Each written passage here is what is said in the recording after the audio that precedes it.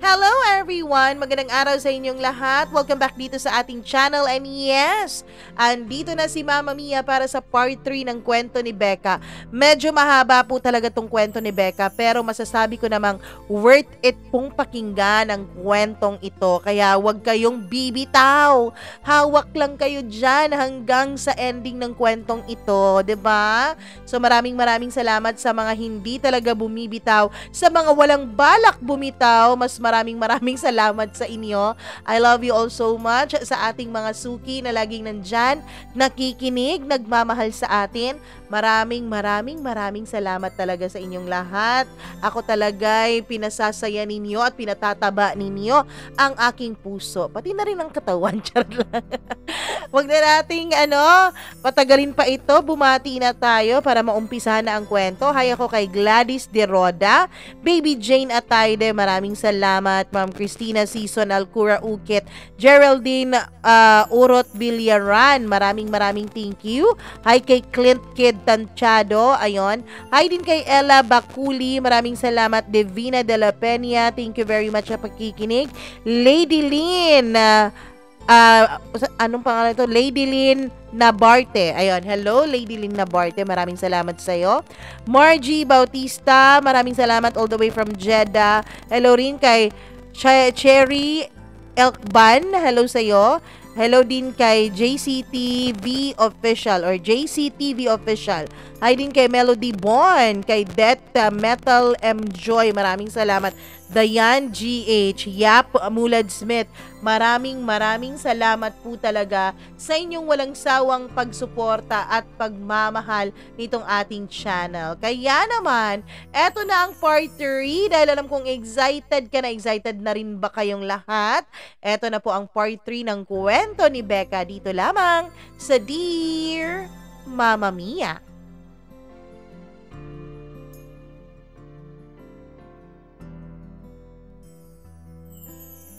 Dahil sa sobrang sakit at sobrang galit na naramdaman ko, ay nag-walkout ako sa bahay ni na Bogart at umuwi ako sa bahay namin. Nagkulong ako sa kwarto ko, doing same cycle again, gaya nung niloko ako ni Kevin. Ang kaibahan nga lamang ay si Lolo na lang ang laging nandyan at kumakatok sa kwarto ko. Wala na si Lola na laging tumatawag sa akin para lumabas ako at sumabay sa kanilang kumain.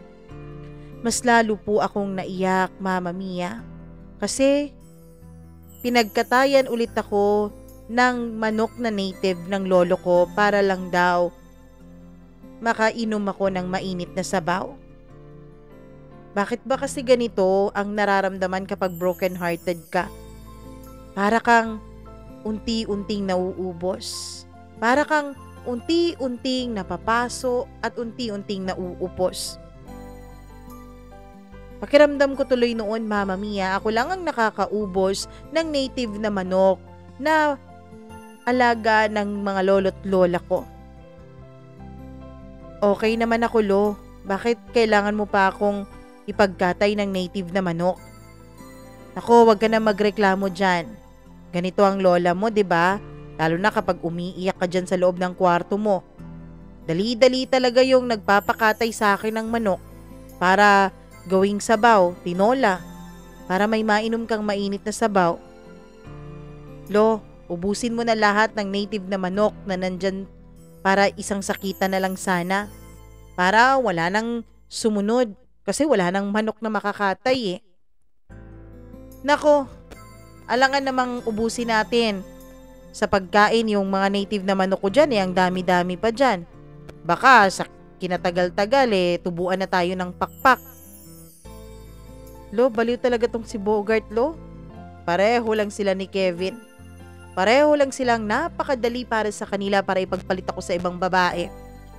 Magkadugo nga talaga sila. Hindi na ako magpapakasal sa kanya, Lo. Ano? Bakit naman? Walang hiya yung lalaking yun, Lo. Alam mo, yung mga pananalita mo ngayon, Becca, kapag naririnig yan ng lola mo, siguradong gigising yun mula sa hukay. Pagkatapos, ay siya mismo ang kukurot dyan sa tagiliran mo. Pag-usapan yung dalawa ang problema ninyo. Kasi akala ko magpapakasal na kayo sa susunod na taon. Anong nangyayari ngayon?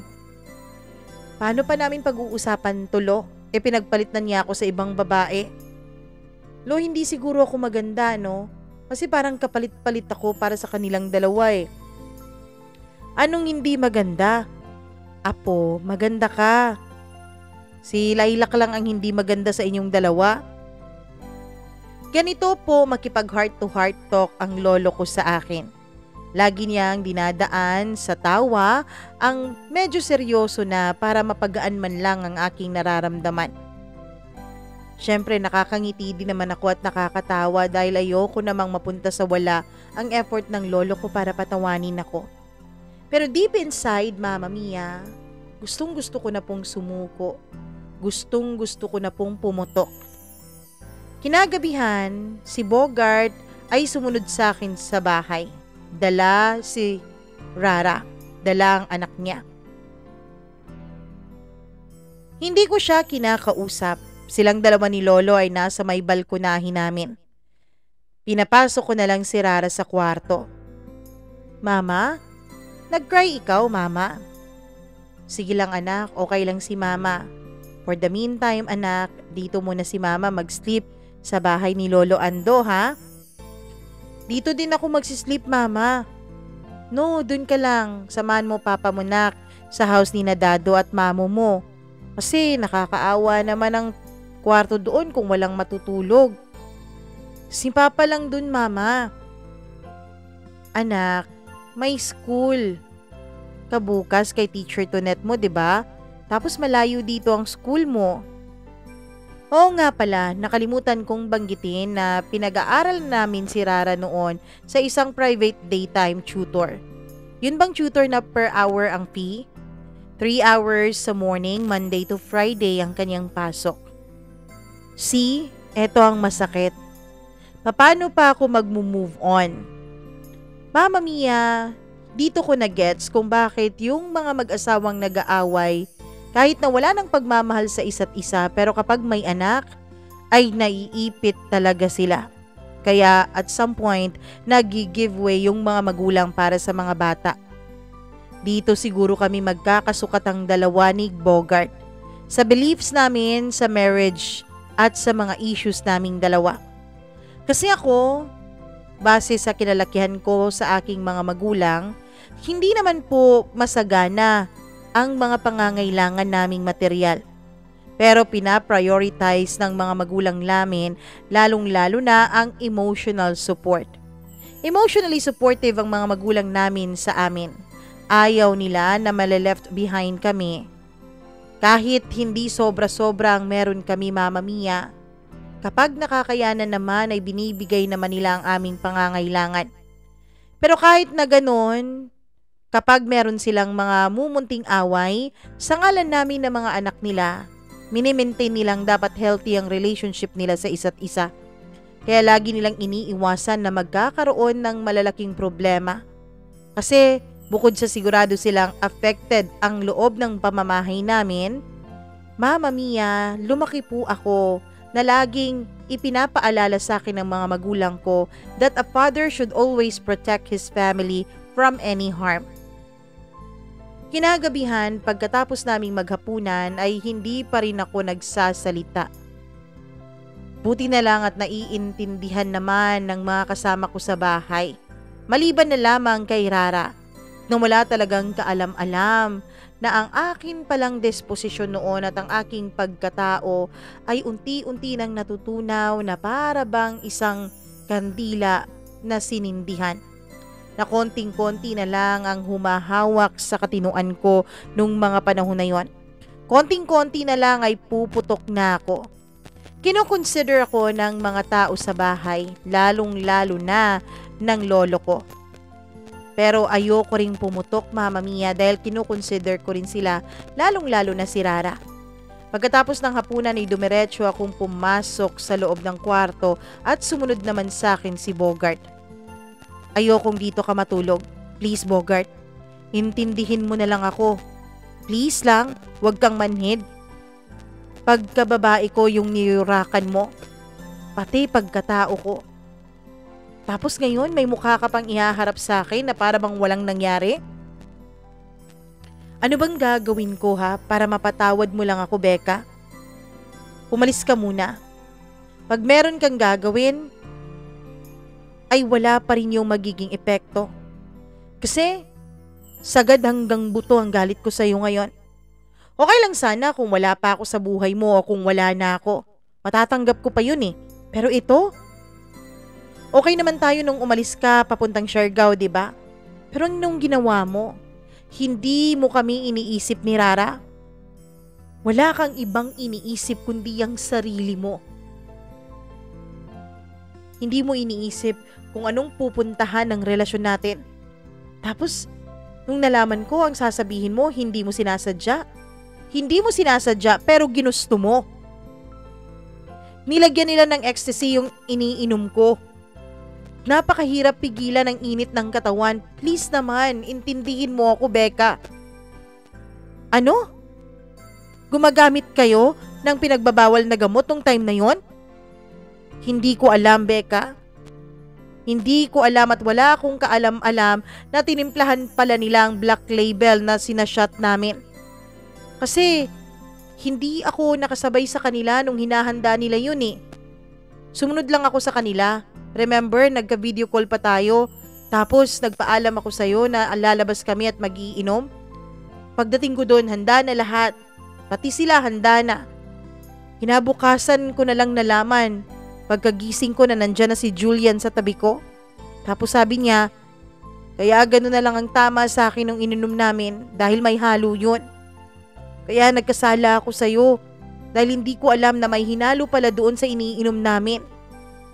Ma naman, please. Paniwalaan mo naman ako. Pero aware ka na may babae.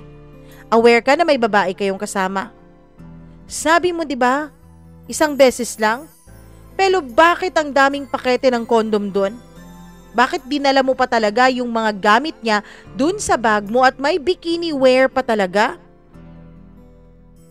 Inumaga kami sa loob ng kwarto, ma. Yung kondom, siyang may dala noon.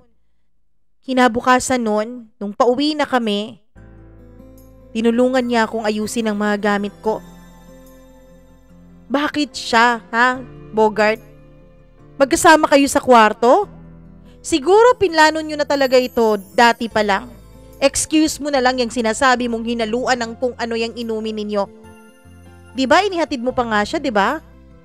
Kaya ka siguro nagpalit ng number at nag-delete ka ng Facebook mo para hindi ka na niya makontak or para hindi kita mabuking. Ano, ginagawa mo ba akong bobo, Sabihin mo sa akin ng totoo. Ipagtapat mo na sa akin ang lahat-lahat para matapos na tong issue na to. Yumuko siya, Mama Mia, at pinahira ng kaniyang mga luha. Gusto mo ng totoo? Sige. Sasabihin ko sa iyo ang totoo. Pagkatapos nitong lahat-lahat, pagkatapos mong malaman ang lahat-lahat, sana matimbang-timbang mo ng maigi ang lahat ng bagay. Isang bayarang babae si Julian, ma. Nung hindi pa tayong dalawa, classmate na kami nung college pa lamang. Hindi na siya nakagraduate kaya wala siyang permanenteng trabaho. Nag-e-extra-extra siya bilang isang walker. Hindi ko gusto na paiba-iba ng babae. Ayoko na mag-invest ng feeling sa isang babae pagkatapos nung nangyari sa amin ng mama ni Rara. Kaya ayun, nagdesisyon akong ako ang mag-maintain kay Julian. Binabayaran ko siya kapag ginagamit ko siya. Gumagamit ako ng kondom dahil ayoko nang magkamali ulit. Ayoko nang ulitin yung pagkakamali ko. Tapos may mabubuntis na naman ako. May magiging anak na naman ako na walang inang maninindigan. Pero unexpected dumating ka sa buhay ko, ma. Napakadali mong mahalin. Kasi mahal mo yung anak ko. Sabi ko sa sarili ko, kung makakakita ulit ako ng babae, gusto ko yung ipaprioritize ang anak ko. Pero hindi lang basta priority ang tingin mo kay Rara. Sobra-sobra ang pagmamahal na binigay mo sa anak ko. Kaya yun ang naging dahilan kung bakit mas malalim ang nararamdaman kong pagmamahal para sa'yo. Niligawan kita. Tinigilan ko ang pag-contact kay Julian, ma. Nag-focus ako sa'yo at sa anak ko, sa anak natin. Pero nung nasa Siargao kami, pareho kaming nagulat. Kasi babae din pala siya ng isa kong fratmate. Dinala siya sa Siargao. Na-corner kami ng fratmate ko. Yung kaibigan ko nung college pa lang. Lahat ng bisyo meron yun eh. Lalong-lalo na sa mga babae. Alam niya ang nakaraan ko. Na-share ko sa kanya lahat. Alam niya na mine-maintain ko dati si Julian. Sobra 1 taon na ang lumipas at hindi ko akalain na may dala pala silang inihalo dun sa ininom namin. Tapos dinala niya sa kwarto ko si Julian. Ang plano ko sana ay makipag-video call ako sa'yo para man lang mawala ang init na nararamdaman ko sa katawan ko. Kaya lang kumatok sila eh. Kaya yun ang explanation kung bakit ang daming bukas na pouch ng condom dun sa bikini pouch niya. Nadala ko yun. Siguro dahil nagmamadali na kami kinaumagahan. Nilagay ko na sa bag ko kung ano yung nakita ko eh. Dahil shared room kami ng mga kaibigan ko. Kaya mag-isang babae dun si Julian. Tapos marami kaming lalaki. Ganun ang nangyari dun sa loob ng kwarto. Nung nagligpit na kami ng mga gamit namin na nasa may sahig, siguro dahil bangag pa rin ang nararamdaman ko nun, kaya napaghalo-halo ko na. Pinulot ko na yung mga gamit na nasa sahig at nilagay ko sa bag ko. Mama Mia, lahat inopen up ni Bogart sa akin. No reservations. Grabe ang sakit ang naramdaman ko nung time na yon. Hindi ko alam kung paano ko i-compose ang sarili ko.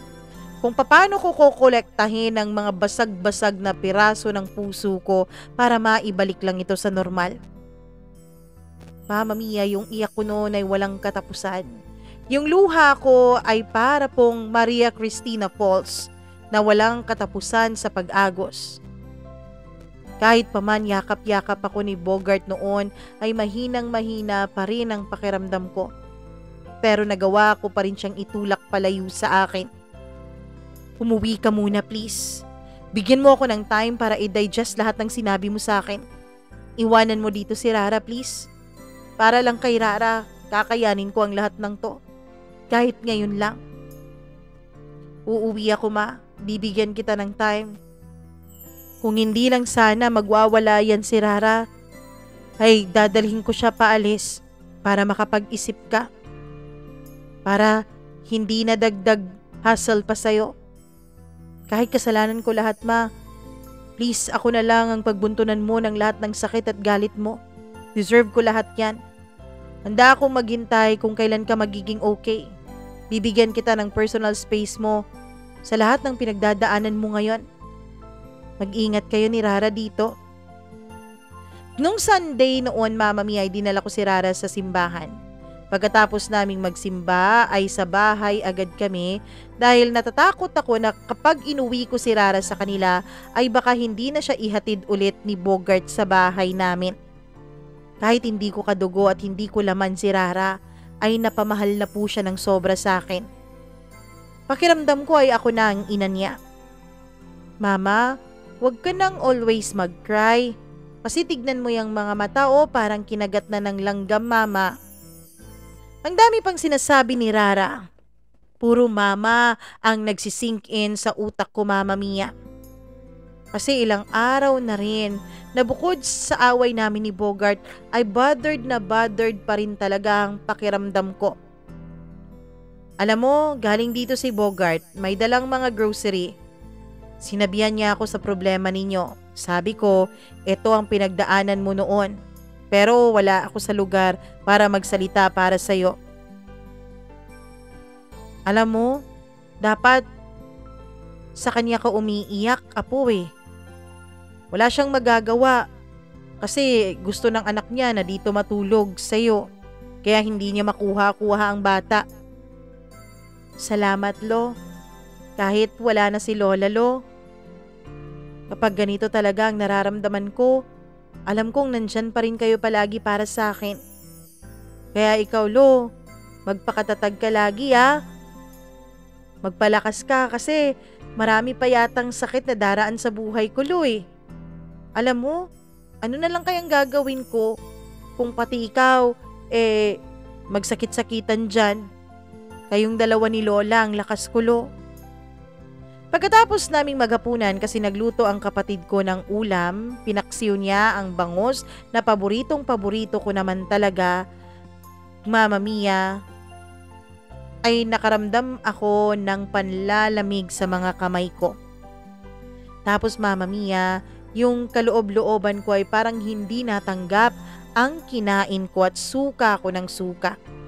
Labis na nag-alala sa akin ang pamilya ko. Ate, siguro dapat uminom ka ng sabaw. Kasi meron akong gulay dito eh. Sige, uminom ka Ate Becca oh. Apo, uminom ka ng sabaw. Lo, gusto ko ng sabaw pero yung native na manok. Tapos yung maraming sibuyas ang pagkakaluto. Naku, gabing-gabi na. Kakatay pa ba ako ng manok? Baka bukas ka na makakakain. Kasi kakatayin ko pa yun eh. Alam mo naman kapag native, napakatagal nun palambutin. Lo, kahit yung ano na lang, kahit yung hindi pa masyadong manok. Kinabukasan, imbis na papasok na ako sa trabaho dahil katatapos kong maligo, ay na-late ako sa pagpasok, Mama Mia. Kasi hindi po talaga maganda ang pakiramdam ko. Yung paningin ko ay para bang umiikot ang mundo. Lailak, pwede bang iharap mo sa akin yung electric fan? Tapos, masahiin mo naman ang likod ko eh. Nasa sala ako noon at talagang nataranta ang kapatid ko. Anong nangyayari sa'yo ate? Bakit parang hilong-hilo ka? Tapos, parang wala kang kain. Kanina ka pa kumain na. Pero, hindi naman nagtatagal sa tiyan mo dahil isinusuka mo kaagad. Hindi kaya buntis ka ate? Hindi pa nga ako dinadatnan laki. Mag-iisang buwan na. Sige, bigyan mo ako ng pera. Bibili ako ng pregnancy test kit. Tapos, pag uwi ko mamaya, dadalhin ko dito. Mag-absent ka na lang sa ngayon. Tawagan mo na lang yung principal mo. Sabihin mo na nahilo ka. Kasi hindi mo kayang mag-duty ngayon eh. Hindi papasok ako sa trabaho kahit na malate ako. Basta bilan mo ako ng PT tapos idaan mo mamaya sa faculty room. Ganyan ba talaga ang gusto mo? Bakit hindi na lang kaya ikaw ang bumili? Alam mo, gagawa-gawa ka ng bata tapos ngayon sa PT mo ako yung peperwisyuhin mo.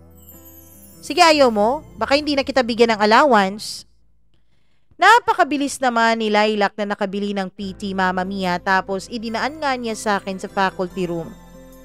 Nalaman noon ni Ma'am Cindy o yung kapatid ni Bogart ang tungkol sa pinag-awayan namin ng kapatid niya. Mama Mia, magkatabi lang kasi ang bahay nila. Nasa likod ng bahay ni na Bogart ang bahay ng ate niya. Si Bogart ay dun nagsistay sa bahay ng kaniyang parents. Becca, kumusta ka na? Pasensya talaga ha, baliw yung kapatid ko eh. Si Rara, kumusta na? Okay lang naman kami ate. Alam mo, napakasakit yung ginawa ni Bogart sa akin. Ang hirap-hirap pag sink inin dito sa utak ko. Lahat ng mga inamin niya sa akin. Naawa ako kay Rara ate. Tanong ng tanong kung bakit lagi akong umiiyak. At kung bakit hindi daw namin katabi ang papa niya sa pagtulog. Alam mo, ang bata lagi ang naiipit sa lahat ng to. Kaya naman yung kuya mo, nagpaka-house husband at nandun lang sa bahay, inaalagaan ng mga bata.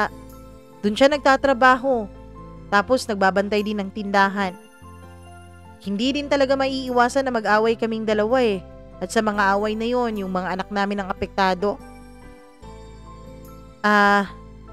Mamaya nga ate, magpipiti ako eh. Kasi parang 1 buwan na yata ako na delayed sa menstruation ko. Tapos nararamdaman ko na yung mga symptoms na baka buntis ako. Ano? Nagpiti ka na ba? Mapipiti pa lamang kasi kabibili lang ni Lilac nito eh. Sige, pumasok ka na sa loob ng CR, mag-aantay ako dito. Diyos ko naman, baka magkaroon pa ng bunsong kapatid si Rara nito. Pumasok ako sa CR, Mama Mia, at nakabukas lamang yon. Dahil laging kumakatok si Manang. Dumiretso ako at wala ng arte-arte pa at kumuha na nga ako ng sample ng ihi ko. At tumulo ang mga luha sa mga mata ko, Mama Mia, nung makita ko ang resulta. Ganito ang sitwasyon namin ni Bogart tapos buntis pa ako. Kaya ko naman. Wala naman akong hindi pwedeng hindi kayanin, di ba?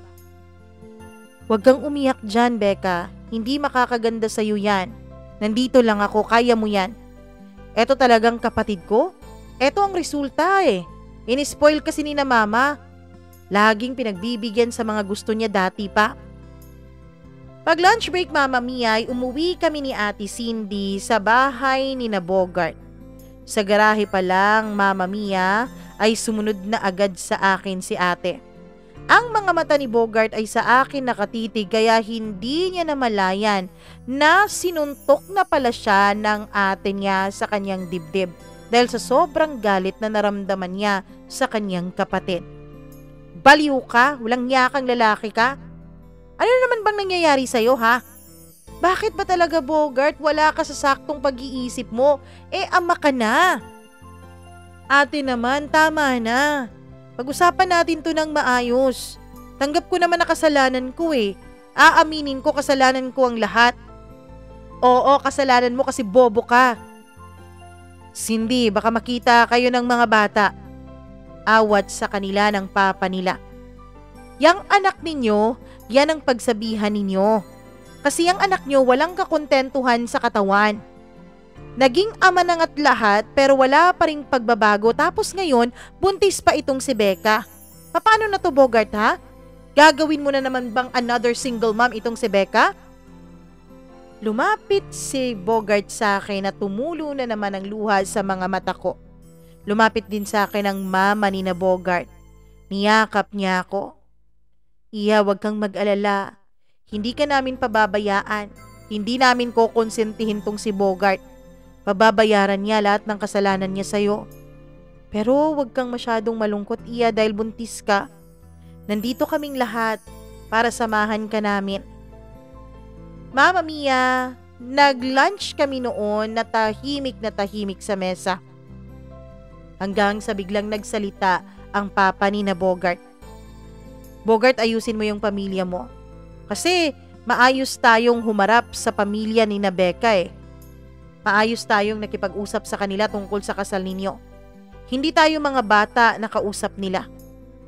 At Becca, kung anong magiging desisyon mo sa kasalanan ng anak ko, wala akong magagawa dyan. Pa, pag-uusapan namin yan, sagot naman ni Bogart. Pagkatapos naming magtanghalian ay nauna akong pumasok sa kwarto tapos sumunod si Bogart, Mama Mia. Walang kasal na mangyayari sa susunod na taon. Ako nang bahalang makipag-usap sa mga magulang ko. Gusto ko ako lang ang haharap sa kanilang lahat. Pero kahit gustuhin ko man, hindi. Dahil may respeto ako sa pamilya mo. Hindi sila katulad sa'yo. Sila kinukonsider nila ang nararamdaman ko. Ikaw? Pakiramdam ko, manhid ka eh. Wala kang pakiramdam. Magkikipaghiwalay ako sa'yo, Bogart. Deserve ng anak ko ng isang peaceful na pamumuhay. Na peaceful ang kanyang mga magulang. Ayoko na ng dagdag stress, Bogart. Buntis ka, Ma. Mahirap naman kung ikaw lang lahat na humarap nito. Hindi ako papayag na ikaw lang ang magdadala ng lahat. Kung ayaw mong magpakasal sa akin, re-respetuhin ko ang desisyon mo. Pero sana naman wag mo akong bawalan sa karapatan ko na alagaan ka at ang anak natin. Hindi ako papayag. Dinadala mo ang anak ko. At anong gusto mong gagawin ko? Tatanga lang dito? Sana inisip mo yan, Bogart. Gusto mo palang maging involved sa buhay ko. Sana nagkaroon ka na lang ng kontentuhan dyan sa katawan mo. Ayoko, Bogart. Malas lang ako dahil nabuntis mo ko. Huwag mo namang sabihing malas yung anak natin, Becca. Nasa tiyan mo pa lang siya. Pero naririnig ka niya eh.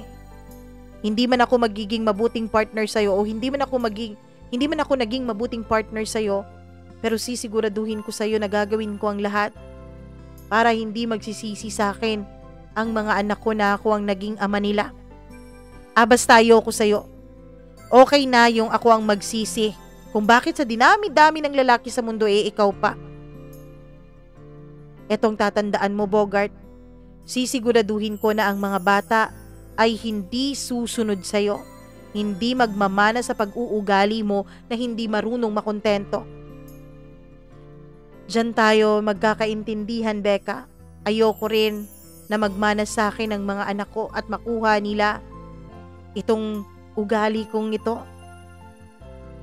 Ikaw may kasalanan nito. Tapos, ikaw pa tong parang ang yabang-yabang. Oo na, mayabang din ako. Buisit ka. Huwag ka nang lapit ng lapit sa akin ha. Copy. O diba, Mama Mia? Ako na lang talagang magtitiis kay Bogart. Ewan ko rin ba kung bakit medyo naging extra maldita din ako nung nagbuntis ako. Ayoko nang maingay. Kaya naman, Mama Mia, nagagalit talaga ako sa mga estudyante ko kapag nag-iingay sila sa klase. Kapag nangyayari yun ay nag-walk out ako, tapos kapag bumabalik na ako ay nagpapakwiz ako.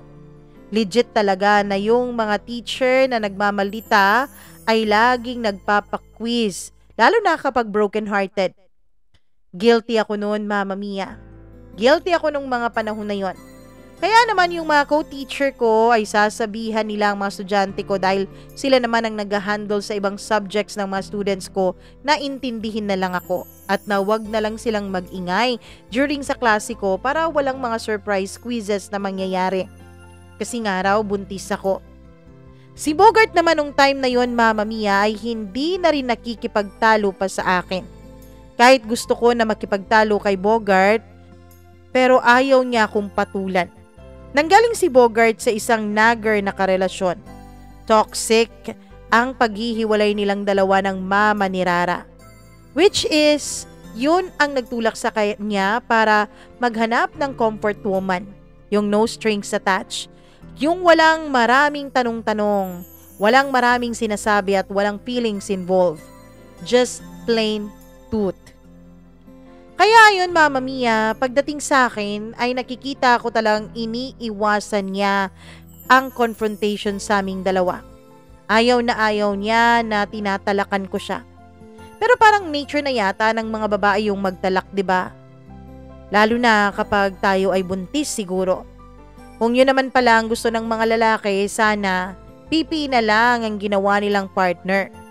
Yung mga pipi nga, kung nagagalit ay nag-iingay din eh. Hindi talaga din ako umuwi kina Bogart, Mama Mia, kapag lunchtime. May mga times noon na nagdadala na lang ako ng baon papunta sa eskwelahan para hindi na ako makapunta pa sa bahay nila, which is nasa harap lang nung paaralan. Pero Mama Mia, pinapadala naman ako ni Bogart ng pagkain sa kanilang kasambahay. Kasama si Rara na magbitbit noon. Yung bata tuloy ang nag-a-adjust sa nangyayari sa aming dalawa. Sabi pa nga ng ate ni Bogart na para daw si Bogart ang naglilihi sa aming dalawa dahil siya itong nagkakasakit lagi. Siguro, Mama Mia, dahil lagi din itong nasa sakahan at nasa iba pa niyang mga business. Kapag naman tanghali ay umuuwi daw ito para ipagluto ako ng makakain at ipapadala niya sa kanilang kasambahay at isisama nito ang kanyang anak. Bakit hindi mo sinabing pumunta ka pala sa ubi at nagpa-check up? Tanong ni Bogart sa akin. Bakit kailangan kong sabihin sa'yo? Kailangan kasi ako ang ama niyan. Ano ngayon kung ikaw ang ama? Dapat kasama mo ako lagi sa lahat ng check up mo. Wow ha, ang saya naman ng buhay mo. Hindi ka nga nagdalawang isip na magloko, diba? Tapos ngayon, gusto mo basta-basta ka nalang makiki-involve sa buhay ko? Becca naman, huwag mo namang isali ang anak natin sa kasalanan ko. Wow! Tapos ikaw pa ngayon ang magre-request ng ganyan. Sorry kung hindi ako katulad sa'yo, Bogart. Hindi ko kayang magpanggap na wala lang yung nangyari sa atin. 3 months na ang tiyan ko, Mama Mia, at medyo visible na rin siya. After sa OB check-up ko ay pumunta agad ako ng pharmacy dahil bumili ako ng gatas ni Rara at gatas ko rin. Unexpectedly ay nandun din pala si Kevin. Ka-out niya lang daw sa trabaho at dumaan siya doon para bumili ng gatas para sa kanyang anak. Sa may counter kami nagtagpong dalawa. Meka?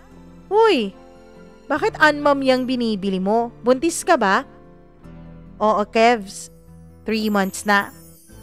Hala, congratulations, magiging mama ka na pala. Oo, at ikaw naman, Tito Ninong. Ah, yun, dapat ganyan. Kasi magtatampo talaga ako kung hindi mo ako kukuning ninong. Kasama mo ba si Insan? Pauwi na ako, bumili din ako ng gatas para sa anak ko, sabi niya. Ah, wala si Bogart, nasa bahay nila. Pauwi na rin naman ako. Ah, ganun ba? Sabay ka na lang sa akin. Sasakyan naman ang dinala ko, ihahatid na lang kita. Okay lang ako, Kev. Baka malaman na naman to ng asawa mo. Ako na lang ang iiwas. Ay sus, wala na yun. Huwag mo nang isipin yon. Malinis naman ang mga konsensya nating dalawa, kaya hayaan mo na siya. Civil lang naman din kami, Beck. Para lang sa anak namin. Sige na. Kasi baka kung saan pa aabot tong pag-uusapan natin, uwi na tayo. Mama Mia, nung malapit na kami sa amin, ay liliko sana si Kevin sa kanto kung saan papunta ang bahay ni na Bogart. Kasi alam na ng halos lahat ng relatives nila na lagi akong nandun sa bahay ni na Bogart. Halos dun na nga ako nakatira. Ah, Kevs, sa bahay mo na lang ako ihatid kasi dun na ako umuuwi eh. At no, bakit naman? Nalulungkot ba si Lolo doon? Sabi ni Lilac, may kasambahay daw kayo nakasama si Lolo ah. Oo, hindi naman nalulungkot si Lolo kaya lang nagkakaproblema kami ng konti ni Bogart eh. Ewan ko ba dun sa pinsan mo? Siguro magpinsan nga talaga kayo kasi pareho kayo eh, na pinagpalit ako sa ibang babae. Ano? May ibang babae si Bogs? Tapos buntis ka. Anong pangyayari to? Nagkakaproblema lang, Kev, kasi nahuli ko siyang ng babae dun sa gala nila sa Siargao eh. Ngayon, wala naman na raw, kinat na niya lahat ng communication nila. Pero nagagalit pa rin ako kapag naiisip ko yun eh. Nagagalit pa rin ako kapag naiisip kong may ibang babae siyang ginalaw. Hindi naman buntis yung ibang babae, di ba? Ewan ko, basta ang nakita ko lang eh maraming pakete ng bukas na kondom na ebidensya. Tama na yan, huwag ka nang masyadong mag-isip pa. Focus mo na lang ang sarili mo ngayon sa baby na nasa tiyan mo. Huwag kang masyadong magpapaka-stress dahil hindi yan maganda sa'yo. Paano? Kumusta kayo ng insan ko? Ayun, Cold War kami. Hindi kasi kami makapag-burst out eh, lalo na ako. Kasi andyan si Rara, maaapektuhan yung bata. Sa bahay kasi lagi natutulog si Rara. Kapag umaga naman ay dun sa bahay nila. Ayoko rin kausapin si Bogart dahil sa tuwing nag-uusap kami, away lang ang napupuntahan eh. Alam mo, Beck, kailangan yung pag-usapan yan. Baka kasi kapag hindi lalalim ng lalalim yung away niyo. Tapos, lagi na lang kayong magsisigawan. Hindi nyo namamalayan na hindi na pala pwedeng ayusin yung away ninyo dahil hinayaan ninyo. Iba kasi ngayon dahil magiging magulang na kayo. Nag-usap naman na kami, Kev. Parang nagka-agree naman siya sa lahat ng mga kondisyon ko. Inatras ko na yung kasal. Sinabihan ko na rin yung mga magulang ko. Alam mo, Becca, kailangan mong pag-isipan yan ng maraming beses. Diba, ikaw nga yung nag-giveaway dati sa relasyon natin kasi may batang involved? Ayaw mo na may batang ma-broken family, diba? Kaya nga, pinakasalan ko yung mama ng anak ko eh. Kaya ikaw, isipin mo, gusto mo bang walang ama yung magiging anak mo? Tignan mo ang sitwasyon ni Rara. Gusto mo ba na ganun din ang sitwasyon ng anak mo sa hinaharap? Ewan ko, Kev. Hindi ko pa ma-digest yung sakit eh. Dahil sobra-sobra pa. Ganyan naman talaga yan, Bex. Healing takes time. And it's a long process. Unti-unti, mababawasan din yung sakit na nararamdaman mo. And sana, piliin mo kung ano yung mas nakakabuti para sa inyo ng anak mo. Nakarating kami ni Kevin sa bahay at madilim na. Nagpa-drop lang ako sa kanya, Mama Mia, pero si Bogart pala ay nasa may balkonahin namin. Magkatagpo ang mga kilay niya tapos nakadikwatro pa. Pumunta ka na naman ng OB na hindi mo ako sinabihan. Tapos, sasakyan yun ng pinsan ko, di ba? Mabuti pa pala si Kevin kasi updated siya tungkol sa anak ko na ako naman yung ama. Nag-aantay ako sa'yo dito kasi gabing-gabi na hindi ka pa nakauwi. Manahimik ka nga dyan, Bogart. Ang kapal naman ng mukha mong magsalita sa akin ng ganyan. Bakit? Sino bang may kasalanan kung bakit nangyayari ito sa atin ngayon, ha? Ako ba? Kung pagod ka na sa pag-aantay mo sa akin, sana hindi ka nag-antay. Hindi naman kita sinabihang mag-antay ka, di ba? Pwede namang huwag kang mangialam sa buhay ko at sa buhay ng mga magiging anak ko. At bakit? Dahil nandyan na si Kevin? Re-remind lang kita, Becca, ha? May asawa na yung pinsan ko. Tapos buntis ka sa anak ko. Napakasakit lang isipin na lahat ng problema mo, si Kevin lang yung nakikita mong re-resolba ng lahat. Tapos ako, ano ako dito, ha? Bulaklak lang? Sa may gilid? Ano ba talaga ako, ha? Tanong ko nga sa'yo, Becca, napalitan ko ba talaga dyan si Kevin sa puso mo? O si Kevin pa rin hanggang ngayon ang nandyan? Tapos ginagamit mo lamang ako? Ang kapal naman ng mukha mo. Pero bahala ka. Isipin mo na lahat ng gusto mong isipin. Kung nasaktan ka, well, paano na lang kaya ako? Hindi mo mababayaran ng sakit na pinaranas mo sa akin, Bogart. Sasagot pa sana si Bogart sa akin, Mama Mia, pero bigla pong nanigas ang tiyan ko. Napaupo ako bigla sa may upuan pagkatapos ay niyapos ko ang tiyan ko.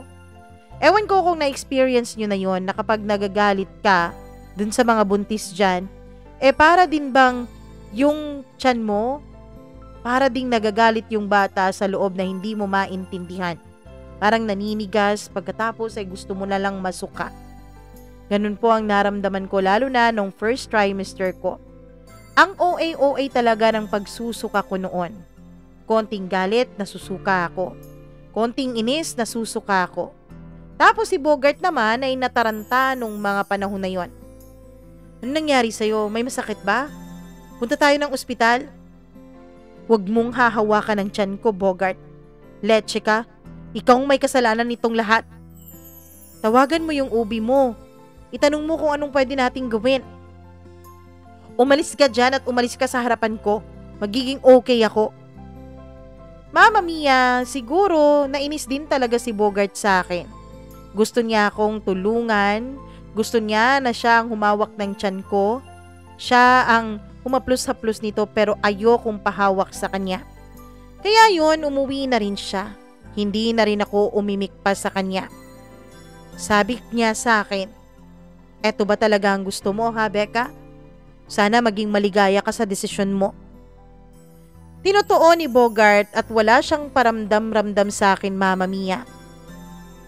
Sabi ng kanyang ate, ang sinabi daw sa kanya ng kanyang mama ay maagang-maagang bumabangon itong si Bogart at pumupunta na sa kanyang negosyo.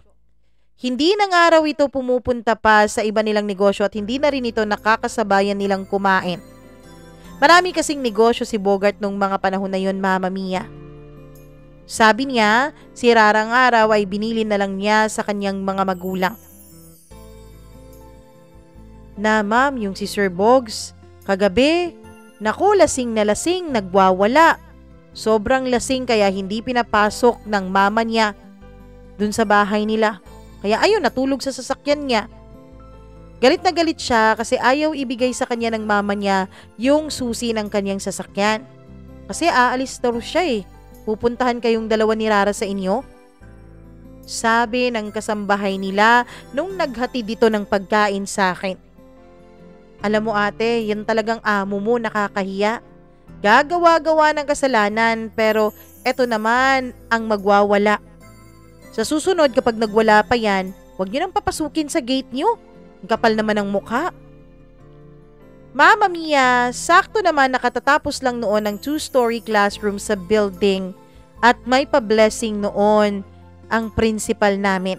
At syempre ang parish church namin na si Father Borge, yung tito ni na Bogart at Kevin ang nag-blessing. Pagkatapos ng pag-blessing niya ay kumain na kami at nag-uusap kaming dalawa. O Becca, kumusta na kayong dalawa ni Bogart? May problema raw kayo ah. Ang alam ko, nagkasuntukan silang dalawa ni Kevin sa inuman. Po? Nagkasuntukan sila, Father? Ay, hindi pala suntukan ang tawag doon kasi hindi gumanti si Kevin eh. Hindi siya nanuntok. Si Bogart lang daw. Si Kevin kasi pinuntahan daw ni Bogart doon sa istasyon at inaaya itong mag-inom.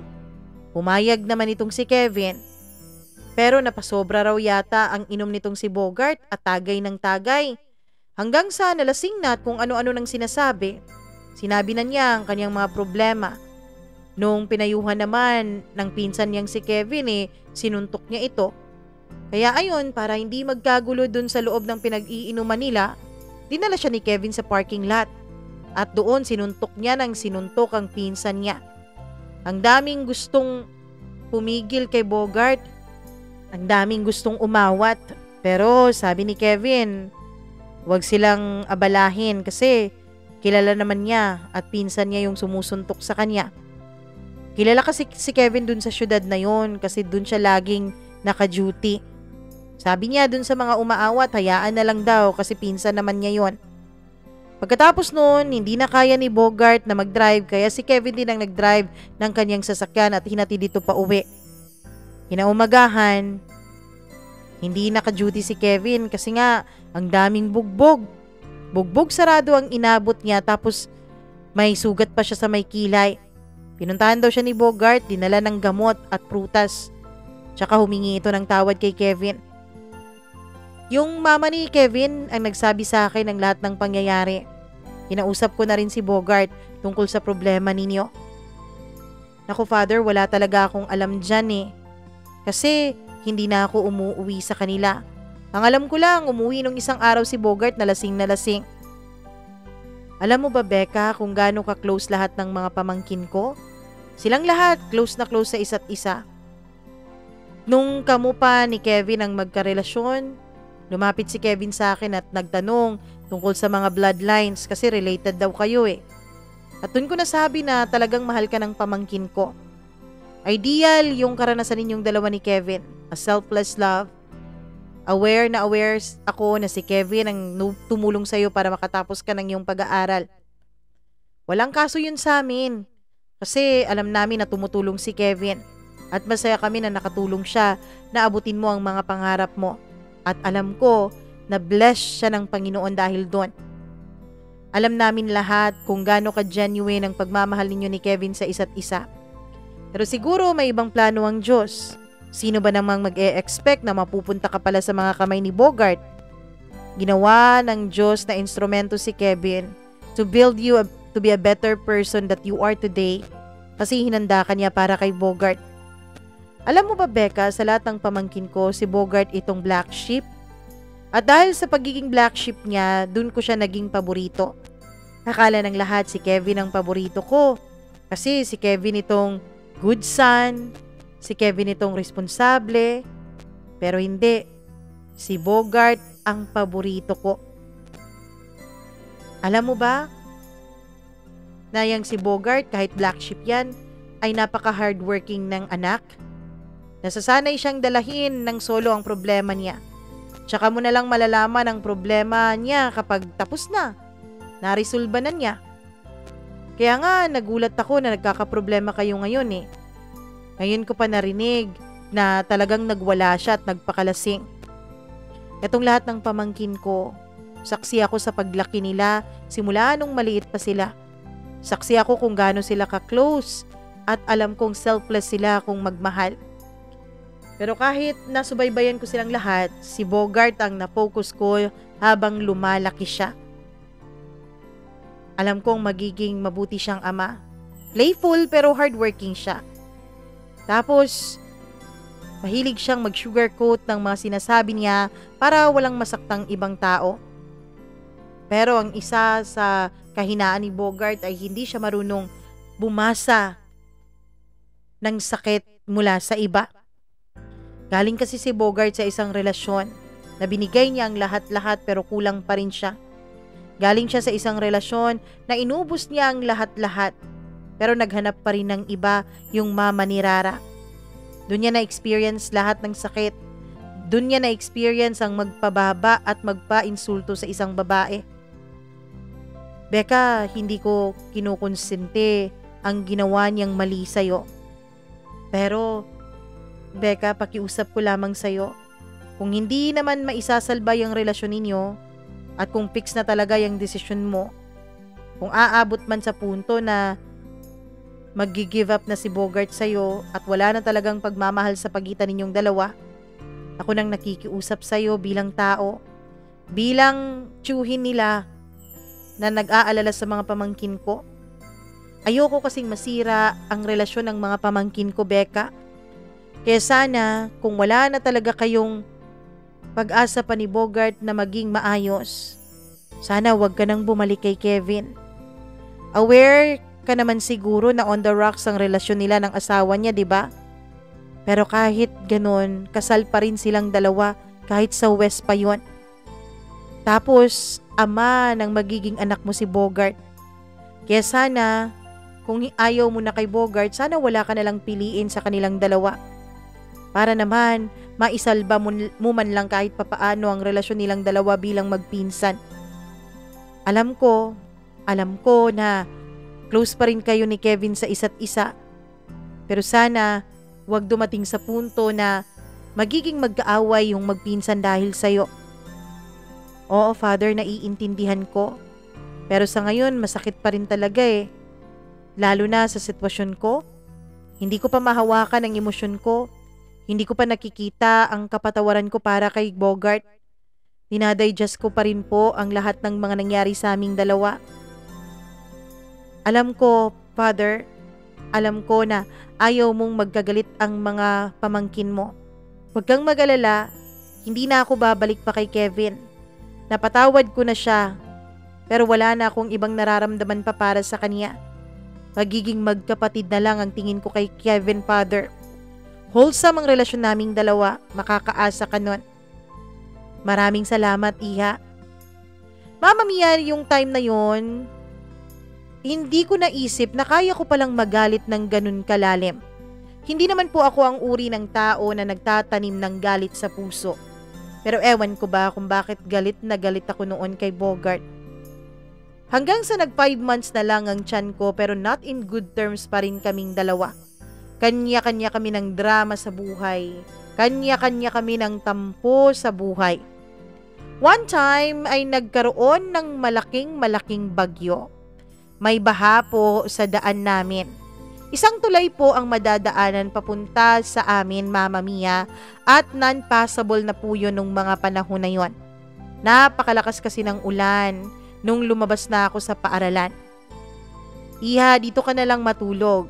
Tawagan mo na lang sila dun sa bahay ninyo at kamustahin mo rin sila. Okay naman po sila, Tito, sagot ko dun sa papa ni Bogart. May portion lang talaga na masyadong mabaha at hindi na passable pero sila naman sa bahay ay ayos lang kasi mataas naman yung portion na kinaroroonan ng bahay ng lolo't lola ko. Buti na lang kasi ang sabi nila marami raw mga kahoy ang natumba sa daan eh. Kaya wag ka nang umuwi, dito ka na lang. Mama Mia, nag-dinner na kami pero malakas na malakas pa rin ang ulan. May mga damit pa naman ako sa kwarto ni Bogart kaya umakyat na lang ako doon para magbihis. Sumunod siya sa akin. Pagpasok ko sa kwarto, nagulat ako dahil sa tabi ng banyo ay may isang pintuan. Nung buksan ko yun ay parang isang kwarto, Mama Mia. Sabi ni Bogart ay dinahandahan daw niya ang pagpapaayos doon. Kasi gagawin daw niya iyong nursery room. Yun ang magiging kwarto nilang dalawa ni Rara at ni Baby. Baka nakakalimutan mo, hindi kami dito titira. Sa bahay kami ng lolo ko. Hayaan mo na, basta andyan lang yung kwarto dyan. Para kahit papano maramdaman kong katabi ko pa rin ang mga anak ko kapag nakikita ko na malapit lang sa akin ang mga gamit nila. Bahala ka, Bogart, kung anong gusto mong gawin sa buhay mo. Pumasok ako sa loob ng banyo at saka naghanda na.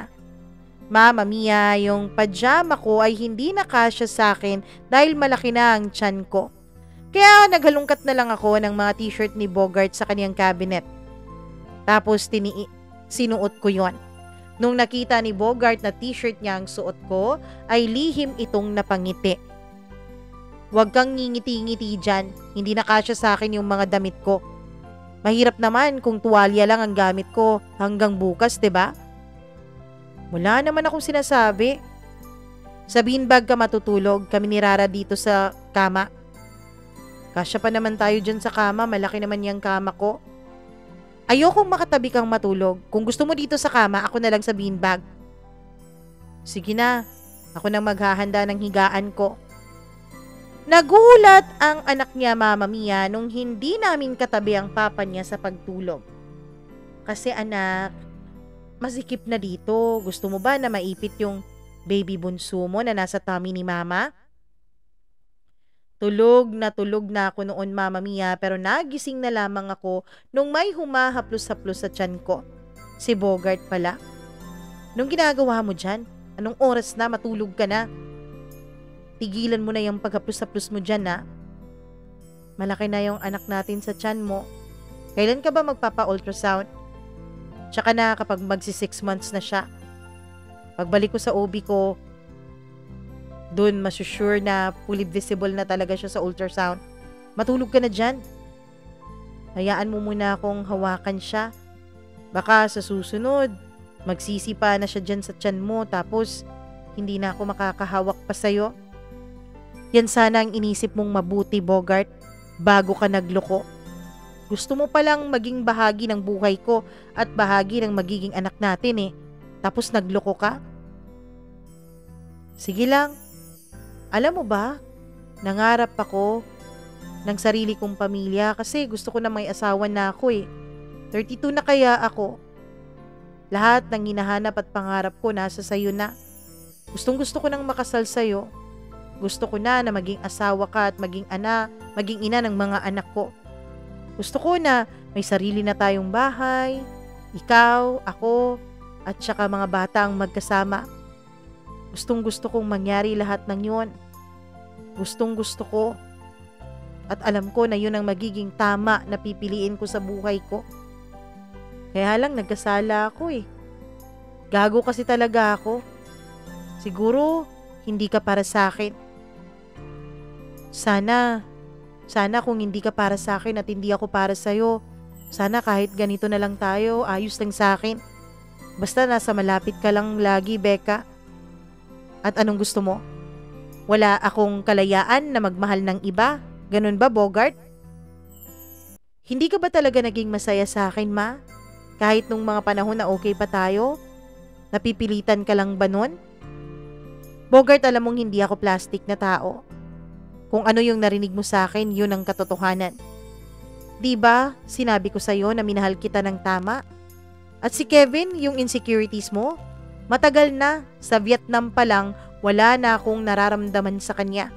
Kasi kung meron pa, sana humanap ako ng paraan para makontak siya, diba?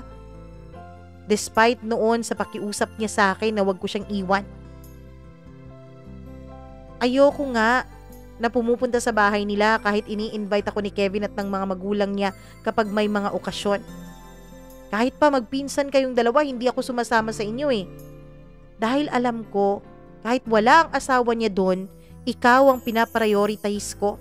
Yung nararamdaman mo. Ayokong masaktan ka. Ayokong magselos ka dahil mahal kita. Ikaw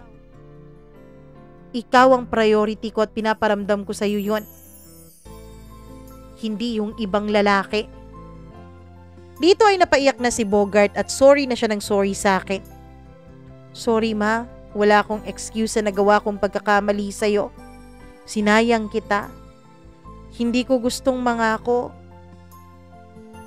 kung ano ang dapat kong gawin. Sa totoo lang, alam kong hindi kita deserve eh. Mabuti kang tao sa lahat-lahat pero inabuso kita. Maiintindihan ko kung hindi mo maibibigay sa akin ang kapatawaran mo. Ang kapal ng mukha ko na hihingi sa'yo nito pero ma, please lang. Huwag mo naman akong pagbawalan na alagaan ka tang mga bata. Sa totoo lang, natatakot ako. Hindi ako handa sa lahat ng to. Hindi ako handa na makikita kang may ibang lalaking kasama na hindi kagaya ko. Isang lalaking ang layo-layo sa akin. Isang lalaking deserve mo. Siguro ikakamatay ko yun, ma. At sana kung hindi pa huli ang lahat, gagawin ko ang lahat kahit ano pa. Kahit hindi na ako ang nandyan sa puso mo. Kahit wala na akong karapatan sa'yo. Magsusumikap ako para maging mabuting ama. Yung amang deserve ng mga anak natin. Salamat sa pagbibigay ng chance, Becca, na maging ama ako ng anak mo. Napakaabusado mo, Bogart. Ikaw, alam mo naman lahat ng mga pinagdaanan ko, 'di ba? Alam mo naman na ayaw ko na pinagpapalit ako sa iba. Alam mo naman yung pinagdaanan ko sa pinsan mo, pero ginawa mo pa rin sa akin. Alam ko, tatanggapin ko lahat ng galit mo. Ibato mo lahat sa akin yan. Ayoko nang magalit sa'yo, Gart. Napakasakit. Pero sa ngayon, ipaprioritize muna natin ang mga bata. Lalo na tong parating na bata pa lamang. Hindi kita kukunan ng karapatan mo sa mga anak mo. Gaya ng hindi mo pinagkait sa akin si Rara kahit hindi ko siya anak. Kasi alam ko na kahit hindi ko kadugo yung anak mo, mahal na mahal ko siya at takot ako na baka ilayo mo siya sa akin pero hindi mo ginawa. Kaya sige, hindi ko ipagkakait sa iyo ang karapatan dito sa anak natin. Huwag kang mag-alala. Wala akong planong ilayo sa iyo ang anak mo. Wala akong planong ilayo sa iyo ang bata. Mama Mia, mabilis na lumipas ang mga araw at nagko-co-parent na lang kami lagi ni Bogart. Nakapagpa-ultrasound na ako at dun, Mama Mia, nireveal ko ang gender ng baby ko sa mismong 5th birthday ni Rara. Babae po ang anak namin ni Bogart at talagang masayang-masaya siya. Kahit karga-karga ko pa noon si Rara, iniyakap niya ako nung nalaman niyang babae ang magiging anak naming dalawa. Excited na excited silang lahat, pati na rin yung audience. Mama Mia, busy na kami noon sa paghahapunan at nasa iisang malaking mesa lang kami kasama ang pamilya ni Bogart, mga pinsan, tapos Chine at Chuhin, tapos yung pinsan ko rin at yung asawa niya, tapos si Lolo at saka si Lilac. Kaya pala nagmamaldita ka babae pa lang magiging apo ko sa tuhod, sabi ni Lolo. Ganun pala yun, Lo. Kung ganun, baka magmana kay Bogart yung anak nila. Kasi si Bogart yatang pinaglilihan nitong ampo mo Siya kasi ang pinagmamalditahan. Sagot naman ni Kevin. Tumigil ka nga dyan, Kevs. Ikaw talaga, naniniwala ka sa mga sabi-sabing ganyan. Ay talaga namang mana sa akin yung magiging anak namin. Tapos, bawi na lang siya sa magiging kasunod. Nagkantsawan pa ang lahat, Mama Mia. Paanakin mo muna yung asawa mo bago ka magplano dyan sa susunod na anak. Kaya ayon napuno ng kantsawan yung mesa. Iha, magta-third trimester na pala yung tiyan mo Uminom ka ng maraming tubig, tapos mag-exercise ka na rin. Yung mga hindi lang masyadong mabibigat na exercises, gaya nung paglalakad-lakad para naman maging normal ang delivery mo. OB din kasi ang mama ni Kevin kaya alam niya ang mga bagay na yon, Mama Mia. Ako naman ay naniniwala sa mga hilot-hilot na ganyan pati na rin ang mama ni Bogart kaya minsan ay tumatakas kami para pumunta doon sa isang kilalang manghihilot sa amin. Pero isang araw galing kami sa manghihilot ay gulat na gulat si Bogart kung saan kami nanggaling. Hindi naman sumagot ang mama niya. Kaya lang, Mama Mia, nung around near 7 months na ang tiyan ko ay nag-overthink malala talaga ako. Baka kasi totoo yung sinabi ni Bogart, Mama Mia, na baka ma-deform yung mukha ng anak namin kapag pinahilot-hilot ko at kung saan-saan na lang dumadapo yung kamay ng manghihilot. Natakot ako noon. Kaya nagpaset ako ng another ultrasound sa ibang clinic para hindi magtaka ang OB ko. Mama Mia, wala na talaga kasi akong maayos na tulog sa kakaisip ko dun sa mga sinabi ni Bogart. Kinabukasan, Mama Mia, ay hindi ko pa rin kinakausap si Bogart dahil may Cold War pa rin kami. Pero siya ang unang nagsalita. Hindi ka ba papasok ngayon? Bakit hindi ka pa nakahanda? Absent ako ngayon. Ano, bakit? May nararamdaman ka ba? Sinabi ko na kasi, huwag gawin yung mga bawal. Samahan mo naman ako, magpapa-ultrasound ako. Ito na talagang sinasabi ko. Nagpahilot kayo ng mama ko, no? Bakit kasi naniniwala ka sa ganyan? Nagpapa-check up ka naman lagi. Ano, sasamahan mo ba ako o hindi? Kasi magpapa-ultrasound ako. Sasamahan. Gusto ko ring marinig yung heartbeat ng anak natin. Papunta na kami sa city nung nagsalita ulit si Bogart. San ba ang clinic ng OB mo? Sa ibang clinic ako nagpabook kasi baka magtaka yung OB ko, hindi ko pa schedule na magpa-check up sa kanya.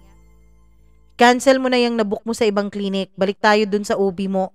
Sabihin mo na lang na magpapa-ultrasound tayo dahil gusto kong matingnan ng anak natin at gusto kong marinig yung heartbeat niya. Ayoko, nakakahiya. Magpapa-VIP ba tayo dun? Hindi naman tayo nagpapa-VIP. Nagbabayad naman tayo.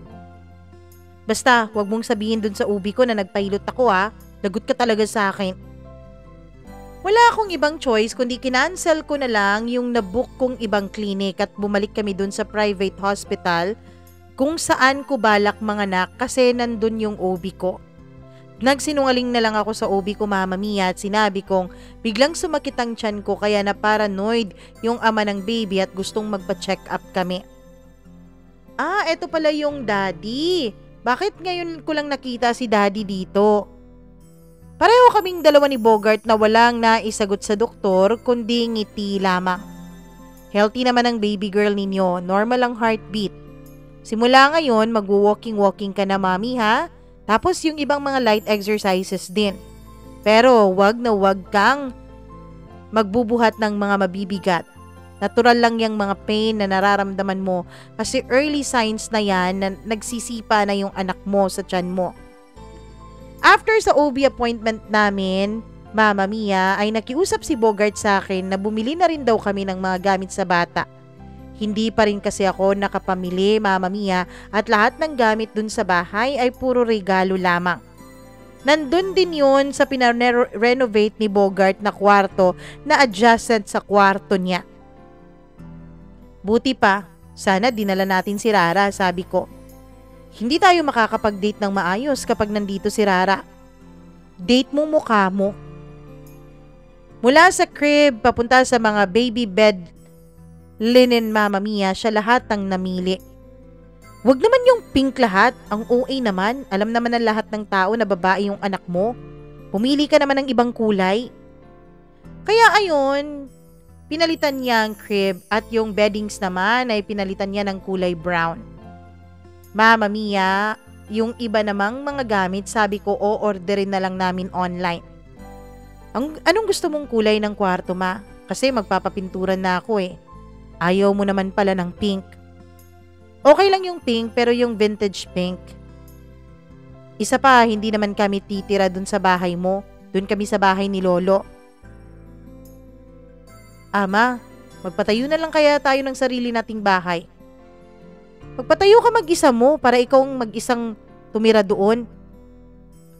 Ano nga lang eh. Sinubukan ko lamang. Baka makalusot pa. Sige, magbiro ka pa. Nang aalis talaga ako dito ngayon at iiwan kita. Mama Mia, totoo din talaga yung sinasabi nilang small world. And world is full of surprises talaga. Kasi kahit sa di laki-laki ng syudad namin, sa mall pa talaga kami pagtatagpuin nung babae ni Bogart. Doon sa isang food court ng mall, Mama Mia. Actually, favorite namin doon, kaya doon kami pumunta para mananghalian sana. At kung itatanong nyo sa akin kung bakit ko kilala yung babae, syempre Mama Mia, sinearch ko yung pangalan ng babae sa Facebook. Nakita ko ang mukha nito kaya alam na alam ko ang pagmumukha niya. Ma, okay ka lang ba talaga dito? Bakit naman hindi ako magiging okay? Baka ikaw yung hindi okay. Ma, ikaw lang naman iniisip ko, baka hindi ka komportable. Baka nagagalit ka na dyan, tapos mawalan ka na ng ganang kumain. Hindi naman yung babae mo ang may-ari nitong food court na to, 'di ba? At isa pa, magbabayad naman ako sa o-orderin ko dito. Pero kung talagang manggugulo yung babae mo, pagsasamahin at pagbubuhulin ko kayong dalawa. Hindi yan ma, hindi yan manggugulo. Wala liyong sa amin. Pamilyado na akong tao. Si Bogart yung nag-order at napapansin ko no yung babae Mama Mia ay palingon-lingon sa aming dalawa ni Bogart. Sa pagiging maldita ko nung time na yon ay tinitigan ko talaga yung babae para aware siya na kilala ko siya. Ma, tama na yan. Kumain na tayo. Gwapa yung babae mo, Bogart. Maganda siya. Sayang nga lang, babae siya para sa lahat. Yun ang pinasukan niya eh. Oo nga, yun ang pinasukan niya. Tapos yung mga lalaking hayok sa laman ay pumapatol naman. Sige na ma, baka ma-stress ka niyan eh. Hindi ko siya kinakampihan na. Hindi lang talaga siya nababagay na bigyan mo ng pansin mo ma. Bogart, siguro lihim na natatawa yung babae ngayon. Pinagtatawanan niya ako. Kasi kaharap niya ako. Tapos kasama ko at kaharap ko yung lalaking dati ay nagbabayad sa kanya. Ma, nagbayad ako kasi yun ang trabaho niya. Yun ang pinasukan niya bilang isang bayaran. Ikaw na ang nagsabi, 'di ba? Babae siya para sa lahat. Hindi lang naman ako ang lalaking na-involve sa buhay niya. Maraming nagbayad sa kanya at nagbayad din naman ako. Isa rin ako sa mga lalaking sinasabi mong hayok sa laman nung mga panahon na yon. Huwag mo nang bigyan ng importansya yan. Bayaran siya eh. At ginamit niya rin naman ako para magkapera siya. Ginamit ko rin siya para sa sexual needs ko kaya patas lang. No feelings involved, no strings attached. At may terms akong sinabi sa kanya. Kapag kasama ko ang pamilya ko, huwag siyang mangingialam at tumalapit sa akin. Magantay siya na ako ang kumontak sa kanya. At kahit kailan hindi ko na siya kinontak ma. Wala na.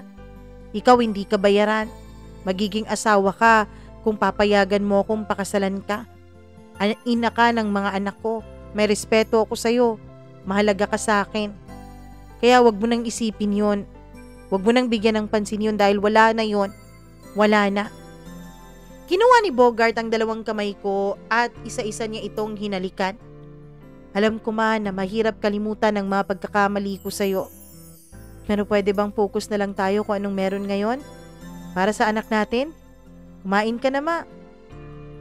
Mama Mia, parang ang bait-bait talaga ni Bogart nung sinusuyo niya ako. Kaya mas lalo tuloy kumulo ang dugo ko. Mabuti na lang Mama Mia at hindi naman ako salbahe kapag napupuno ako. Alam ko pa naman na professional akong tao at hindi ako pwedeng magwala doon dahil public place yon. Pero deep inside Mama Mia, deep inside nung mga panahon na yon ay nafe-feel ko na bakit kaya talaga nagawa akong saktan ni Bogart. Feeling ko Mama Mia, may rason siguro talaga na awayin ako ng mga tao. Dati sa wife ni Kevin, alam kong she's just insecure. Na hindi nare-reciprocate ni Kevin yung binibigay niyang pagmamahal. Pero hindi naman natin mapipilit ang isang taong mahalin tayo kung hindi talaga yon ang nararamdaman nila, 'di ba? Yung asawa ni Kevin ay galit na galit sa akin pero hindi naman ako nagtanim ng galit sa kanya kahit pa naperwisyo niya ang buo kong pamilya. Asawa din siya at ina. At alam ko na ang mga ina kapag anak na ang pinag-uusapan ay makikipagpatayan talaga tayo at syempre magiging halimaw talaga tayo sa pagtatanggol ng kapayapaan at seguridad at syempre kaligayahan ng ating mga anak. Si Bogart ay hardworking partner talaga siya at responsableng ama. Napaka-extra ma-effort din niya. Paminsan-minsan nga lang ay low ang kanyang emotional quotient o emotional intelligence. Ako, Mama Mia, lumaki talaga ako sa mga lolo't lola ko na ako ang sentro ng kanilang atensyon. Busog na busog ako sa pagmamahal ng pamilya ko. Sanay na sanay ako, Mama Mia, na ina-acknowledge ang nararamdaman ko. Pero si Bogart naman ay sanay na binabaliwala ang nararamdaman niya, pati na rin ang mga nararamdaman ng mga tao sa paligid niya. Kaya naman, Mama Mia, hindi talaga kami magkasundo pagdating sa bagay na yon. Mama Mia, tinanong ko siya kung nagsisisi ba siya na nag-invest siya sa akin. Sabi naman niya ay hindi. I'm all worth the risk and the investment. Nalaman ko rin, Mama Mia, na hindi pala ako ganun kamahal ni Bogart nung nag-uumpisa kaming dalawa. Nakita niya lang sa akin na ideal akong mapapangasawa at ideal akong babae kaya sinubukan niya. Until na-in love nga raw siya, sabi niya sa akin. Doon niya raw nalaman kung gaano na niya ako kamahal nung nagkabukingan na kami at iniwanan ko na siya. Hindi ba nakakatawa, Mama Mia? Pinatulan lamang niya ako dahil akala niya ay magiging perfect wife material ako at perfect mother ako sa kanyang anak. Anak daw talaga niya ang iniisip niya nung pinatulan niya ako. Pero ang hindi niya alam ay tuluyan na pala siyang nahulog sa akin at dun niya yun napagtanto nung nagalit na ako sa kanya at nung nakipaghiwalay na ako. Dun niya nalaman na mahal niya ako, Mama Mia. Pero wala na akong tiwala sa iyo, Bogart. Naniniwala kasi ako, Bogart, na kapag nagawa mo nung una, madali na lang sa'yong gawin yun again. Gawin yun muli. Sa totoo lang, wala nang makakapantay ng pagmamahal ko para sa iyo eh. Akala ko nga nung una si Kevin ang greatest love ko. Akala ko hindi na ako makakakita pa ng ipapalit ko sa kanya. Pero nung dumating ka sa buhay ko, nung nakita ko kung gaano mo alagaan ang anak mo, naging handa akong magpakaina para sa anak mo. Lagi kong inuuna yang tungkol sa iyo, yang tungkol sa anak mo. Kahit nga ngayon na nasasaktan ako, nakikipag-co-parenting pa rin ako sa anak mo eh. Pero nakakatakot kang sugalan ulit. Huwag kang mag-alala, mapapatawad naman kita. Siguro darating din tayo dyan. Salamat, Bogart ha. Salamat at inamin mo sa akin ang totoo. Salamat inamin mo na hindi mo pala ako mahal nung una. Napakasakit lang. Napakasakit lang na kahit nandyan na ako, kahit hindi ko naman pinagkakait sa'yo ang katawan ko, ay bumabalik ka pa rin dun sa babae mo. Masakit kasi bumabalik at nakikipag-sex ka pa rin sa kanya kahit nandyan na ako. Tatanggapin ko lahat, Becca. Mag-aantay ako kahit maputi man lahat ng buhok ko at kahit abutin man ako ng huling hininga ko. Kahit saan man tayo dalhin ng kapalaran. Susunod ako sa iyo at susuporta sa lahat ng gusto mo para sa mga bata. Ayos na to sa akin. Makokontento na ako na susundin lahat ng gusto mo. Ikaw na lang ang bahala sa buhay natin ngayon. Mama Mia, ang dami-dami kong naging realizations dahil sa nangyari sa aming dalawa ni Bogart. Ang dami-dami.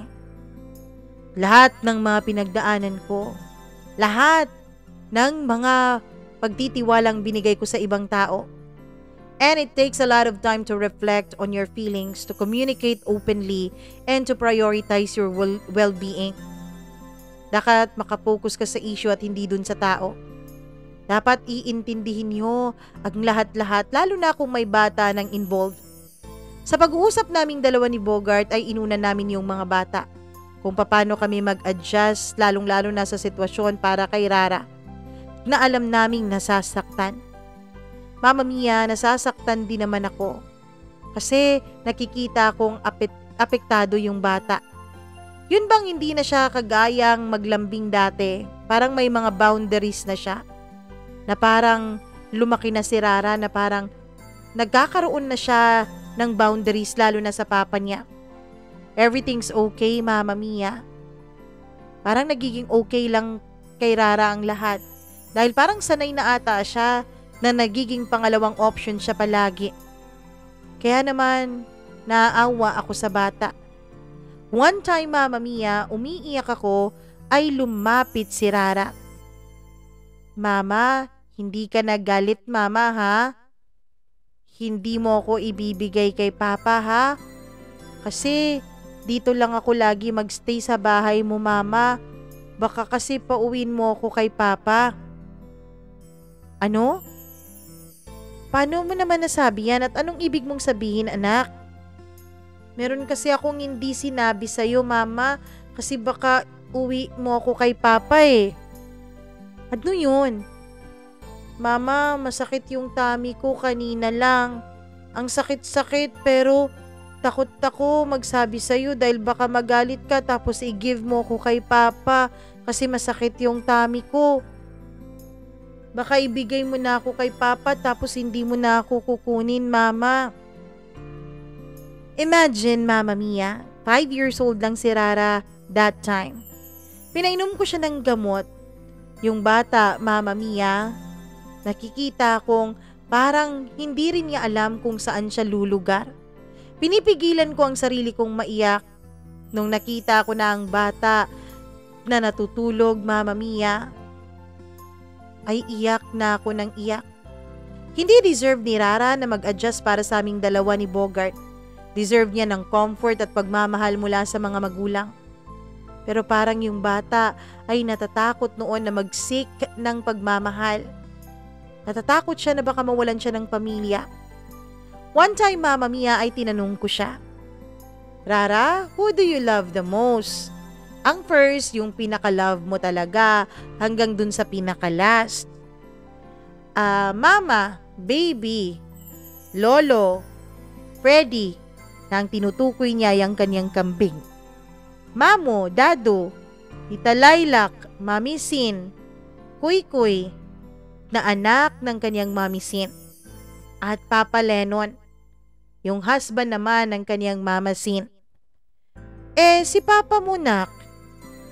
Sali pala si Papa, ma? Oo, kasi Papa ninyong dalawa siya ni baby. Si Papa yung taga-provide ng money, nag-work siya para may food tayo sa table natin, para nababay natin yung mga needs natin. Teacher ka naman, Mama, kaya may money ka, 'di ba? Maliit lang ang money ng Mama, nak. Yung kay Papa, marami. I-love natin si Papa, ma, kasi may money siya kahit na hindi na siya dito nagsisleep. Mama Mia, dun ko na-realize kung gaano ka-importante ang impact sa emosyon. Dun kay Rara ang ginagawa kong hindi pagpansin kay Bogart. Although hindi ko naman sinasadya yun, pero lahat pala may resulta sa bata. Feeling ko that time, Mama Mia, though nag-e-effort si Bogart, ako yung nagpapalayo sa kanya sa kanyang anak. May isang beses pa, Mama Mia, sinanay ko si Rara kasi na magdasal bago matulog. Mag-pray ng loud para marinig ko rin minsan ang prayer niya. Natatawa na lang sina Lilac at ang lolo niya. Pero after nung discussion namin, Mama Mia, ng who do you love the most, ay nagulat ako sa dasal ni Rara. Papa Jesus, give us a lot of food para hindi na mag-give ang papa ko ng money at food dito. Take care of Freddy and Mama and baby. Please, give Mama a lot of money para hindi na namin love si Papa, para hindi na siya punta dito sa bahay ni Lolo to take me away from Mama. Amen. Mama Mia, hindi ko nakayanan yung sakit sa mga narinig ko. Unti-unti ay nagdidrift away pala si Rara sa sarili niyang ama nang hindi ko namamalayan. Dahil na rin sa paglayo ko kay Bogart. Mama Mia, napapansin ko rin na nung mga nakaraang araw kapag nagla-lunch kami dun sa bahay ni na Bogart ay parang umiiwas si Rara kapag nilalambing-lambing siya ng ama niya. Hindi na siya nagpapahalik kay Bogart. Sa pagiging emosyonal ko nung time na yon ay ayokong marinig nila, Mama Mia, na umiiyak ako. Lumabas ako sa may balkonahe kung saan kami lagi dati ni Bogart at nakahiga lamang sa duyan. After 8 months nang hindi pagpansin sa kanya, I dialed Bogart's number at umiiyak ako. Yung iyak na ngawa talaga. Ma? Tanong ni Bogart sa kabilang linya. Hindi ko na kaya, hindi na, sabi ko. Ano? Hindi ka pa naman manganganak, anong nangyari sa'yo? Sandali lang ha, huwag kang iyak ng iyak dyan, papunta na ako. Sandali, tawagin mo muna si Lilac. Tawagin mo muna siya. Mama Mia, hindi inoff ni Bogart ang cellphone niya habang iyak ako ng iyak. 10 minutes or less ay nakarating siya. Malapit lang kasi yung sa kanila sa amin. Hindi pa niya na-ipark ng maayos ang kanyang sasakyan ay dali-dali na siyang lumabas. Mama Mia, lumabas siya noon na walang cap o kahit jacket at nakatsinelas lang. Nung nakita ko na ang sasakyan niya ay bumaba na ako. Sakto namang pagpatay niya ng makina, Mama Mia, ay dumiretso ako sa kanya at niyakap ko siya. Sorry pa. Sorry. Napakasakit lang talaga. Please patawarin mo ko. Sorry kung masyadong mataas ang pride ko. Sorry kung nasaktan ko kayong dalawa ni Rara. Mama, ano nangyayari sa'yo? Tama na yan. Magiging okay din kami ni Rara. Lalaki yung bata at maiintindihan din niya kung bakit naging ganito ang sitwasyon natin. Halika na sa loob, pumasok na tayo. Wala ka pang jacket oh. Nasa balkonahe na kami pero iyak pa rin ako ng iyak. Si Bogart naman ay nagkakandara pa kung paano niya ako patatahanin sa aking pag-iyak, Mama Mia. Maisipin mo yung bata sa tiyan mo. Huwag kang magpaka-stress. Alam mo, alam ko kung paano dalhin ang anak ko. Hindi ko susukuan si Rara, okay? Naiintindihan ko yung nararamdaman mo. Oo, napapansin ko na dumidistansya sa akin si Rara. Naiintindihan ko at ipaiintindi ko rin sa kanila pagdating ng araw kapag malaki na sila. Hindi tayo susuko. Bibigyan natin sila ng magandang kinabukasan at ng pagmamahal, Ma. Ako naman nung mga panahon na yon ay yakap-yakap pa rin si Bogart at lingon lang ako ng lingon dahil in disagreement ako sa mga eksplanasyon niya. Ayoko, natatakot ako kung baka saan dadalhin si Rara nitong lahat ng pinagdadaanan niya. Hindi nila deserve to. Mabuting bata si Rara. Sorry talaga pa. Hindi ko na napigilan, Mama Mia, kahit nag-iyakan kaming dalawa ni Bogart ay hinalikan ko na siya. Na-miss ko siya ng sobra kahit lagi pa kaming magkaaway dalawa. Ma, I love you lagi. Tandaan mo yan, ha? Tandaan mo palagi yan. Ikaw ang ina ng mga anak ko. Wala kang pagkukulang. Sobra-sobra ka pa. Ako yung nagkasala. Kung may mga issue man tayong dalawa, hindi kasali ang mga bata nun. Walang perpektong mga magulang. Hindi tayo perpektong dalawa. Ako, masabi ko talagang hindi ako perpektong ama eh. Pero kaya natin to. Kaya wag mong sisihin ang sarili mo. I love you pa, sorry talaga. Mama Mia, nagkausap kami ng maayos ng gabing yon ni Bogart. Pagkatapos naming mag-usap, syempre pumasok na siya sa kwarto at natulog na kami. Kinabukasan, Mama Mia, ay nagising ako na yung mag-ama ko ay magkayakap pa rin sa isa't isa tapos naghihilik pa si Bogart. Nagulat pa yung anak ko nung napansin niya na may malaking kamay na nasa tiyan ko. Nataranta pa si Rara. Mama, wake up. Andyan si Papa. Alis ka dyan, mama. Ikaw ang umalis, mama ko to. Patol naman ni Bogart sa anak niya. Alis ka, hindi ako sama sa'yo. Alis ka kay mama. Nagpray ako kagabi kay Papa Jesus na sana dumami yung money namin para hindi ka na magpunta dito. Sige na ma, marami na tayong money ngayon, di ba ma?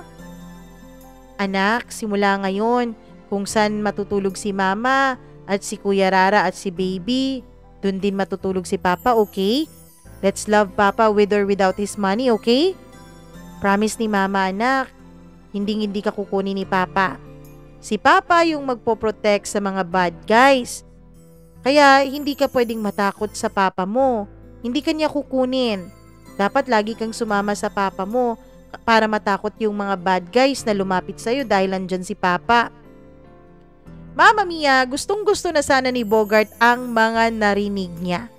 Kaya lang sumagot pa ang anak niya. Andyan naman si Tito Kevin. Tito Kevin, di ba pulis siya? Yung pulis naman ang magpoprotect sa mga people from the bad guys, hindi naman yung Papa, di ba? Alam mo anak, kung alam ko pa lang na ganyan ka, sana nagpulis na lang ako. Hindi na lang sana ako nagpakaina at itay sa'yo nung mga panahong nakapasa ako sa board exam ko. Sana dumiretso na lang ako ng training at iniwan kita. Anak, kasali naman ang Papa sa mga nagpoprotect lalo na sa mga anak nila. Sa atin na family nga, si Papa yung protector natin. Love tayo ni Papa, okay? Mag-work si Mama tapos ikaw, ihahatid ka ni Papa sa school mo. Pagkatapos ng pasok mo, susunduin ka ng Papa mo tapos dun tayo magsisleep sa house ng Mamo at Dado mo. Dun din si Papa. Kung dito tayo kina lolo mo, dito din si Papa, okay? Okay. Pwede po ba si Freddy dito din, Mama? Doon na yun si Freddy. Gagawin ko na yung kaldereta. Natawa ako sa pagkamapagpatul talaga ni Bogart sa anak niya. Noong nag-uumagahan na kami ay palipat-lipat ang tingin ng lolo ko sa aming dalawa ni Bogart. Parang gusto niyang magtanong pero hindi niya magawa. Dito ka pala natulog kagabi, Gart? Tanong ni lolo. Nako lolo, kung alam mo lang, may ala Sharon Cuneta at Gabby Concepcion kagabi sa balkonahe lo. Hindi ko nga lang alam kung anong title nung palabas na yun eh. Ang OA-OA ng babae lo. As if naman matapang na matapang pero namimiss lang pala yung asawa niya. Tumigil ka nga dyan, Lilac. Sige ka. Kung hindi ka titigil dyan, hindi ko na talaga ibibigay sa'yo yung allowance mo. Nagtawanan kami noon, Mama Mia, sa hapagkainan. Masaya na. Oo, may kirot pa rin nung mga panahon na yun kapag naaalala ko ang ginawang panluloko ni Bogart sa akin. Pero naniniwala ako na umpisa na yun ng kasiyahan namin.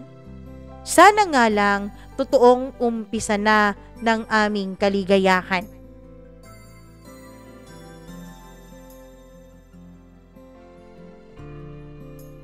Diba? Akala nyo tapos na, no? Napakahaba ng kwentong ito, kaya may bukas pa. Pero yung bukas naman ay na-assure ko sa inyo na finale na yon. Oo, hindi na yun masyadong mahaba pero hindi na talaga kayang pagkasyahin.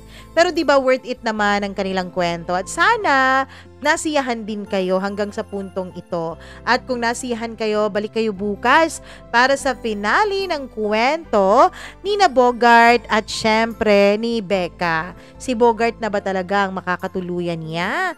Paano na lang yung mga issues niya dun sa asawa ni Kevin, dun sa babae ni Bogart, at may iba pa kayang problemang darating sa kanilang pagsasama?